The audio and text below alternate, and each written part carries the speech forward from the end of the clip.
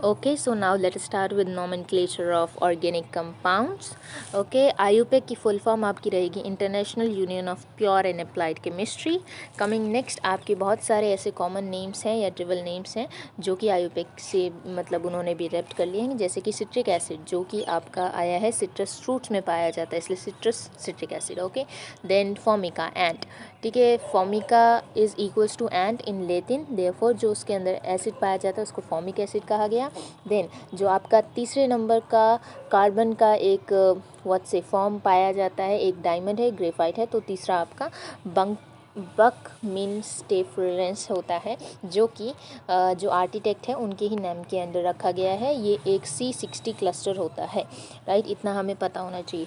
उसके बाद अगर हम टेबल देखें तो मीथेन आपको फॉर्मूला पता है, एन ब्यूटेन भी पता है, आइसोब्यूटेन भी हमें पता है, neopentane, n propyl alcohol, formaldehyde, acetone हम कभी कभी भूल जाते हैं तो CH3CO CH3 याद रखेंगे, chloroform CHCl3, acetic acid CH3C double bond OH, benzene C6H6, anisole benzene के ऊपर OCH3, अनिलीन बेंजीन के ऊपर NH2, acetophenone will be phenyl group आएगा, फिन आ रहा है वर्ड, ऑन दैट इज आपका कीटोन होगा, तो डबल बॉन्ड OC का एक तरफ फिनाइल हो गया, दूसरी तरफ aceto compound that is CH3। Okay, ethyl methyl ether, C double bond O, एक साइड ईथर एक side methyl, right. Okay, IUPAC system of nomenclature में आपका आ जाता है। जो आपके सेचुरेटेड कंपाउंड्स होते हैं, कार्बन कार्बन सिंगल बॉन्ड, उनके पीछे एन लगता है because they are alkane, and जो आपके अनसेचुरेटेड रहेंगे उनके पीछे डबल बॉन्ड या फिर उनके बीच में डबल बॉन्ड या ट्रिपल बॉन्ड लगता है, उनमें ईन या फिर आइन यूज़ होता है। ओके, कमिंग नेक्स्ट आपका एक टेबल बना है that is 12.2, methane ethane propane butane. Word to be marked here is कि methane ethane propane and butane जो है वो आपके कॉमन नेम्स हैं जो कि IUPAC के द्वारा अडेप्ट कर लिए गए हैं, ठीक है। But pentane, hexane, heptane, octane, नोनेन and decane ये आपको पता होना चाहिए। जो दो नेम्स आप भूल जाते हैं वो है C20H42 का दैट इज इकोसेन, एंड C30H62 का that is triacontane. Okay, coming next will be our branch chain hydrocarbons. Okay, branch chain hydrocarbons से पढ़ने से पहले इन्होंने एक बहुत सिंपल सी चीज़ कही है कि अगर आप मीथेन में से एक हाइड्रोजन काट देंगे तो वो मिथाइल कहला जाएगा, राइट। तो 12.3 में आपको यही एक 5 एग्जाम्पल दे के समझाया गया है। मीथेन, एक हाइड्रोजन कटेगा तो मिथाइल, इथेन, एक हाइड्रोजन कटेगा ethyl, propane, again propyl, butane, butyl and decane, decyl, right, simple as that.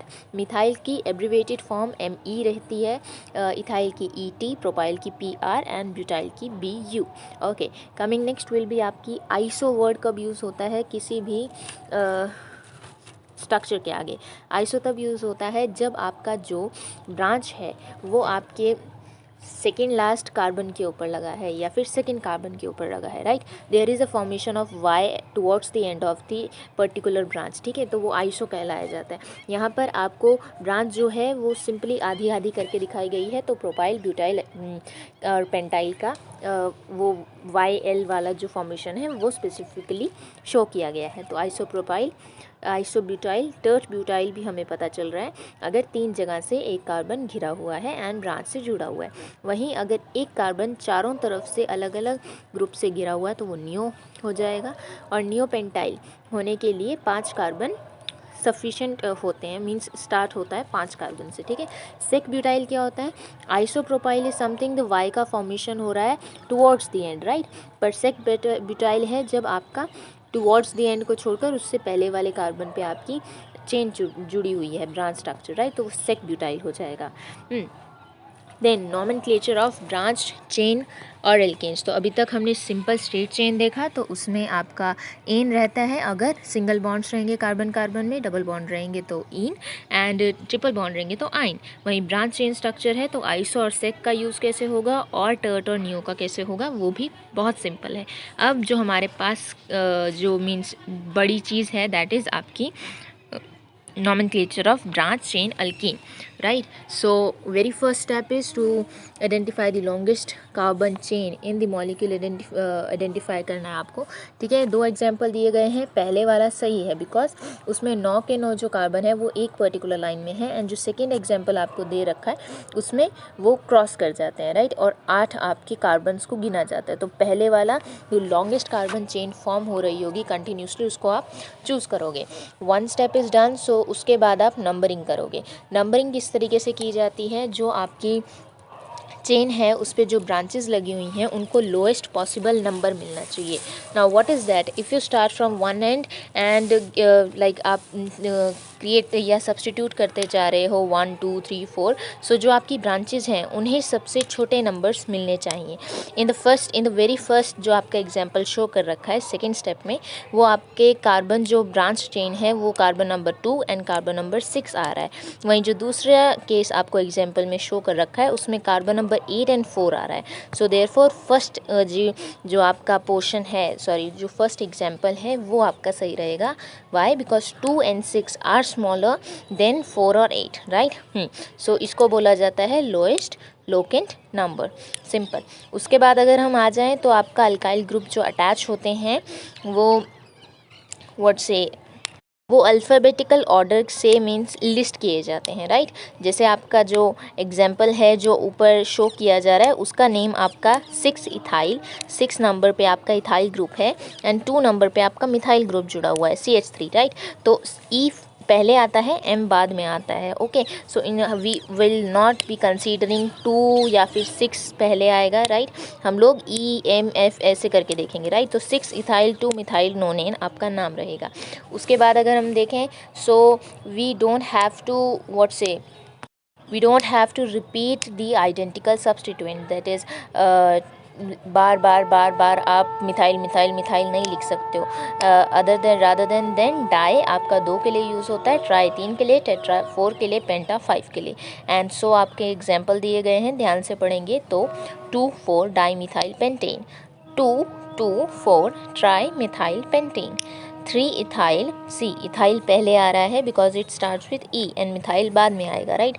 3 ethyl 4,4 di methyl heptane, simple as that. Step number 5 will be, इसका ही स्पेशल केस बताया गया है कि इन केस आपकी जो ब्रांचेस हैं वो सेम ही नंबर पे पाई जा रही है, मींस अगर आप एक एंड से अपनी नंबरिंग शुरू करोगे तो भी ब्रांच 3rd पोजीशन पे आ रही है, और अगर आप दूसरी एंड से शुरू करोगे तो भी ब्रांच आपकी 3rd नंबर पे ही आ रही है। So in that case irrespective of the branch you will be taking जो आपका अल्फ़ाबेटिकल ऑर्डर में पहले आएगा, राइट। तो इसमें देखिए आपका 3rd नंबर पे ही इथाइल आ रहा है, और अगर दूसरे एंड से हम काउंट करेंगे तो 3rd नंबर पे मिथाइल आ रहा है। So therefore ethyl comes first in the alphabetical listing, okay. सो हमारा नाम इस पर्टिकुलर कंपाउंड के लिए जो 5th स्टेप में शो किया गया है दैट विल बी आपका 3 ethyl 6 methyl octane, okay. Coming to 6th जो आपका स्टेप है जहाँ पे हम लोग बहुत बार मीन्स हम कंफ्यूज हो जाते हैं। सो हेयर इट इज़, ऐसी ब्रांचेस जिसमें जो आपकी एक ब्रांच है उसमें 2 और ब्रांचेस या फिर एक अलग से ही स्टार्ट होने वाली ब्रांच जुड़ी हुई है, तो जो ब्रांच है जिसमें जुड़ रहे हैं उसको रूट ब्रांच बोला जाता है, रूट एल्केन बोला जाएगा, राइट। एंड उसके बाद जो 2 जुड़ रही हैं, अब उनमें से आप नंबरिंग कैसे स्पेसिफाई करेंगे, जो 2 ब्रांचेस अगर जुड़ रही हैं तो उनमें से कंस्टिट्यूएंट जो आपकी ज़्यादा साइड चेन्स जिसमें होंगी आप उसको सिलेक्ट करेंगे, right.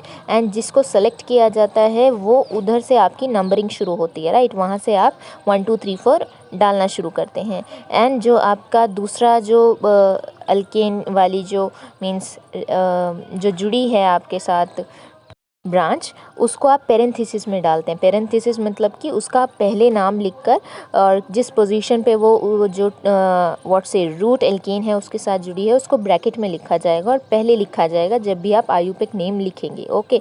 And the second most important point in these type of branches है जिसमें एक रूट एल्केन के साथ 2-3 ब्रांचेस जुड़ रही हैं, एंड दैट टू अलग अलग मीन्स उनका फॉर्मूला अगर निकल कर आएगा तो आप जो नंबरिंग है सिलेक्शन के बाद आपके पास 2 मीन्स चेन्स थी, उसमें से आपने देखा कि कौन सी ऐसी चेन है जिसमें ज़्यादा साइड चेन्स हैं, आपने उसको सेलेक्ट किया, आपने नंबरिंग कर ली the longest chain and then numbering हो गई लोएस्ट लॉकेंट नंबर रूल के द्वारा।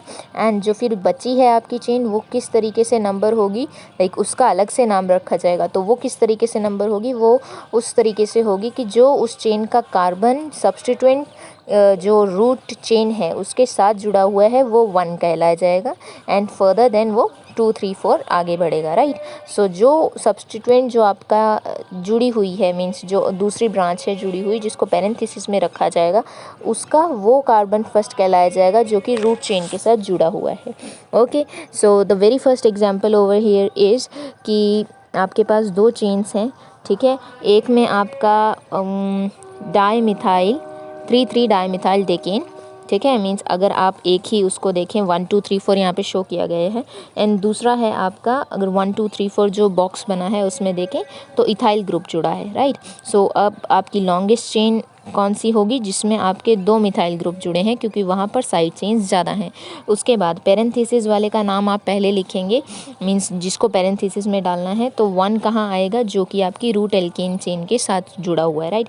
अब इसका नाम कैसे रखा जाएगा, 2 इथाइल ब्यूटाइल। ओके, 4 चेन है, 4 नंबर ऑफ कार्बन्स की चेन बन रही है तो ब्यूटाइल रहेगा। सेकेंड नंबर पे आपका इथाइल ग्रुप जुड़ा है तो 2 इथाइल ब्यूटाइल एंड ये पैरेंथेसिस में डल गया पर ये जो रूट चेन है उसका कौन से नंबर पे जुड़ा है, 5th, तो 5th को हम पहले लिखेंगे देन 2 इथाइल ब्यूटाइल एंड उसके बाद हम फर्दर जो आपकी पूरी चेन है उसका नाम लिखकर एंड आपका नेम यहाँ पे कंक्लूड होगा। सेकेंड पे अगर हम आए तो आपके पास सेक और आइसो का यूज़ यहाँ पे बताया गया है कि कैसे यूज़ करते हैं। तो अगर आपने नंबरिंग कर ली एंड आप 4th पोजीशन पे देखेंगे तो CH3 ट्वाइस लिखा है, इसका मतलब CH के साथ CH3 2 बार जुड़ रहा है and there is being a formation of Y, ठीक है, that too at a particular place, ठीक है, तो वो आइसोप्रोपाइल कहलाया जाएगा, राइट। आइसो जब Y की फॉर्मेशन हो रही है। वहीं जो 5th पोजीशन पे है वो एक सिंपल ब्यूटाइल है, सॉरी सेक ब्यूटाइल है, ठीक है, क्यों, क्योंकि सेकेंड नंबर का जो कार्बन है वो ब्यूटाइल मतलब Y फॉर्मेशन कर रहा है। ओके, तो 5 sec butyl 4 isopropyl decane, simple as that. Coming next to our third example is कि आपकी रूट चेन आपने देख ली है, उसके बाद 5th जो बॉक्स है 5th जो कार्बन है उसके साथ जो जुड़ रही चेन है वो पैरेंथेसिस में जाएगी, तो पहले अगर उसका नाम लिखें तो आपके पास आ जाएगा 2 डाईमिथाइल प्रोपाइल। अगेन ये 2 कैसे आया है, जो आपका जो ये पैरेंथेसिस वाला जो आपका ब्रांच है उसका जो फर्स्ट हाफ नंबर किस तरीके से जोगे उस कार्बन को दोगे जो कि रूट चेन के साथ जुड़ा हुआ है, राइट। तो यहाँ पे 2 डाईमिथाइल प्रोपाइल हो गया एंड ये पैरेंथेसिस में भी डल गया और उससे पहले उस कार्बन का नंबर लिखा जाएगा जो कि रूट चेन से उसको जोड़ रहा है, तो 5 2 डाईमिथाइल पैरेंथेसिस में then no name. Okay, cyclic compound में भी सेम ऐसे ही नाम लिखे जाते हैं, मीन्स सेम रूल रखते हैं, set of rules, and cyclo आप आगे एक प्रीफिक्स यूज़ करते हो, दैट्स ऑल।